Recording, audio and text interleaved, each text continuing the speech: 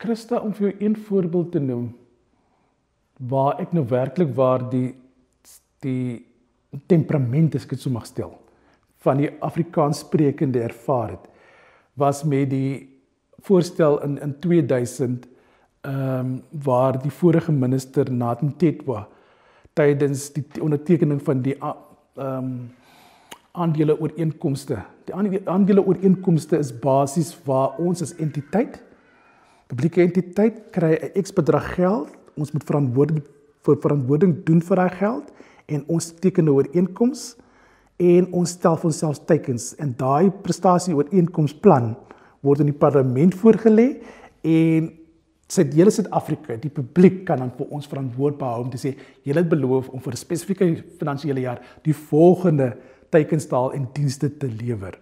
Tydens daai seremonie waar al 28 entiteite, hoofuitvoerende beamptes, hulle voorsitters was en ander raadslede was, het die minister die opdrag gegee van die podium af, Afrikaanse Taalmuseum, julle moet julle naam verander en dis nie onderhandelbaar nie.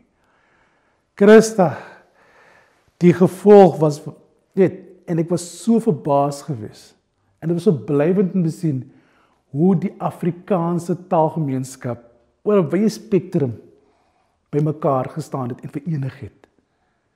En basies, daar was soveel versoekskrifte, petisies, briewe, protesbriewe geweest. Daar was optogte gereël geweest. As deel van ons internasionale museumdag het ons 'n publieke vergadering gehad, waar die mense gesê het, dit is 'n definitiewe nee, julle vat nie aan ons taalmonument nie. En dit het vir my laat verstaan, hoe belangrike rol taal speel as draer van kultuur en identiteit. En wat 'n rol eintlik die instelling ook speel in mense lewens. Mense sal dink, mense gee nie meer om vir die taal nie, maar mense is passievol.